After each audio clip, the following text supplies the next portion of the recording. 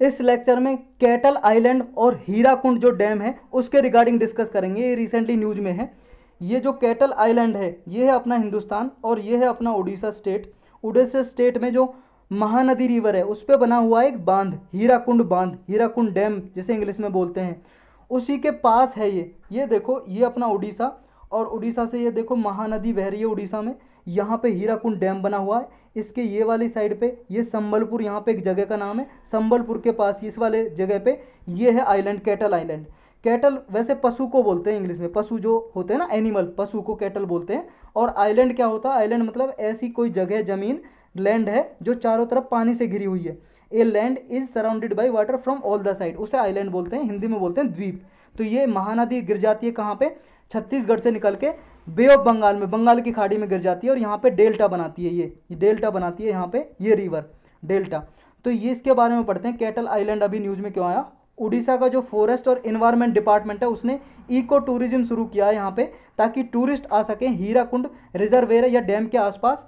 ये जो cattle island है, यहाँ हीराकुंड रिजर्वेयर के पास 3 आइलैंड है, उनमें से एक है कैटल आइलैंड।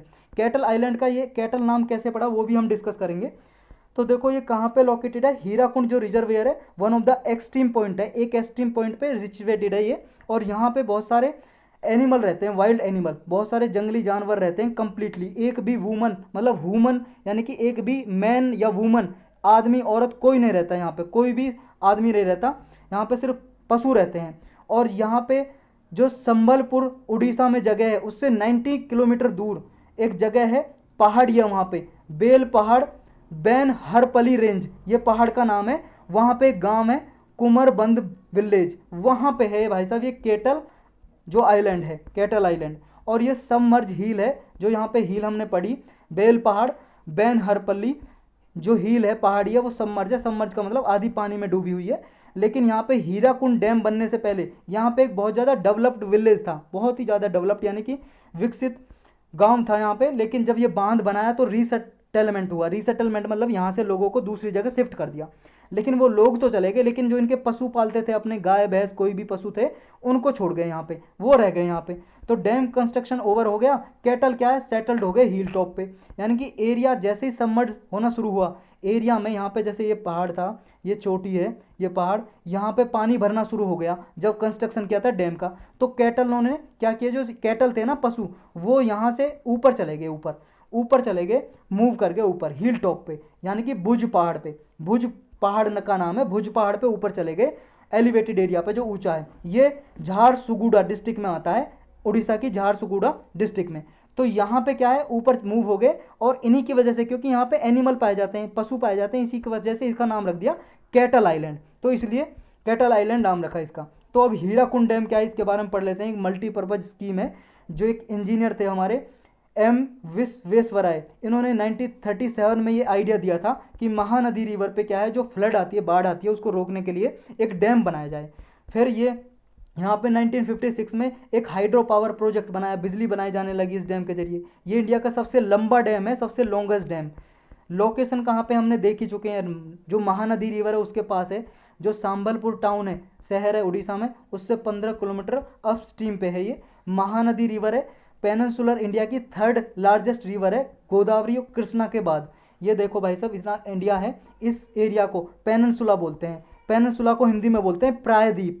प्रायद्वीप, प्रायद्वीप क्यों बोलते हैं? क्योंकि ऐसे एरिया को पेनिनसुला या प्रायद्वीप बोलते हैं जो एरिया 3 तरफ से पानी से घिरा हो। देखो ये 3 तरफ से पानी से घिरा है ना, तो इसलिए इसको बोलेंगे इंडियन पेनिनसुला या प्रायद्वीप। तो ये इंडियन पेनिनसुला में 3rd लार्जेस्ट रिवर है, गोदावरी कृष्णा के बाद, और उड़ीसा की सबसे लार्जेस्ट रिवर है। ये कहाँ से निकलती है? छत्तीसगढ़ में एक रीजन है, अमरकंटक एक प्लेटू है छत्तीसगढ़ में, और एमपी के बॉर्डर पे अमरकंटक, उसके साउथ रीजन में ये वाला रीजन है। ये वाले रीजन के साउथ रीजन में छत्तीसगढ़ में, ये वाला रीजन में एक यहाँ पे बस्तार हिल्स है, बस्तार की पहाड़ियाँ छत्तीसगढ़ में, वहाँ पे सिहावा नाम की जगह है, वहाँ से निकलती है ये और जाके गिर जाती है बे ऑफ बंगाल पे, बंगाल की खाड़ी में। ये हमने देखा था ना यहाँ पे बंगाल की खाड़ी में, यहाँ से निकल के बंगाल की खाड़ी में गिर जाती है। तो अब ये जो है यहाँ इसका जो कैचमेंट एरिया है रिवर का, कहाँ कहाँ से आता है इसका पानी। कैचमेंट एरिया होता है रिवर का जहाँ जहाँ से रिवर का में पानी आ रहा है, और एक होता है रिवर का बेसिन। बेसिन का मतलब है कहाँ कहाँ रिवर का पानी जा रहा है, मतलब आउटलेट, कहाँ कहाँ पे रिवर का पानी यूज हो रहा है। और कैचमेंट का मतलब जहाँ जहाँ से रिवर पानी कैच कर रही है इस रिवर में आ रहा है। कहाँ कहाँ से आता है, छत्तीसगढ़, मध्य प्रदेश, उड़ीसा, झारखंड और महाराष्ट्र से इसका पानी आता है इस रिवर में। इस जो हीराकुंड डैम बनाया था इसका ऑब्जेक्टिव टारगेट क्या थे, एक तो इरिगेशन, यहाँ आसपास की जो डिस्ट्रिक्ट है संबलपुर, बारगढ़, बोलांगीर, सुबर्णपुर, ये इस रीजन में इरिगेशन होगी, इरिगेशन के लिए। और पावर हाउस बनाए गए, यानी कि पावर जनरेशन की गई, बिजली बनाई गई, यहाँ पे बिजली पहुंचाई गई लोगों को। बुरला और चिपलीमा नाम पे एक जगह है, वहाँ पे पावर हाउस बनाए पावर जनरेशन के लिए, लगभग 347.5 मेगावाट की बिजली बनाई जाती है।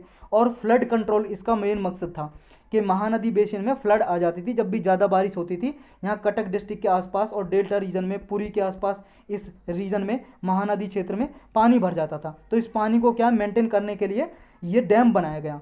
यहाँ पे एक वाइल्ड लाइफ सेंचुरी भी है, एक जंगल है, फॉरेस्ट एरिया, जिसका डिक्लेयर किया हुआ है, जिसको वाइल्ड लाइफ सेंचुरी, जिसका नाम है देवरीगढ़ वाइल्ड लाइफ सेंचुरी। तो ये याद रखनी है आपको, हीराकुंड डैम के पास है, जो दो तरफ से घिरी हुई है, ईस्ट और नॉर्थ साइड से हीराकुंड डैम से, देवरीगढ़ वाइल्ड लाइफ सेंचुरी। तो ये यहाँ पे टेरिस्ट्रियल और एक्वाटिक जो बायोडाइवर्सिटी उसके लिए इंपॉर्टेंट है ये देवरीगढ़ वाइल्ड लाइफ सेंचुरी। मतलब कुछ एनिमल्स वगैरह स्पीसीज टेरिस्ट्रियल लैंड पर रहने वाले, उनके लिए भी ये काम करता है पानी का। और ये एक्वाटिक जो यहाँ पे स्पीसीज रहते हैं उनके लिए भी बायोडाइवर्सिटी का काम करता है, सपोर्ट करता है। तो यही था बस इस लेक्चर में।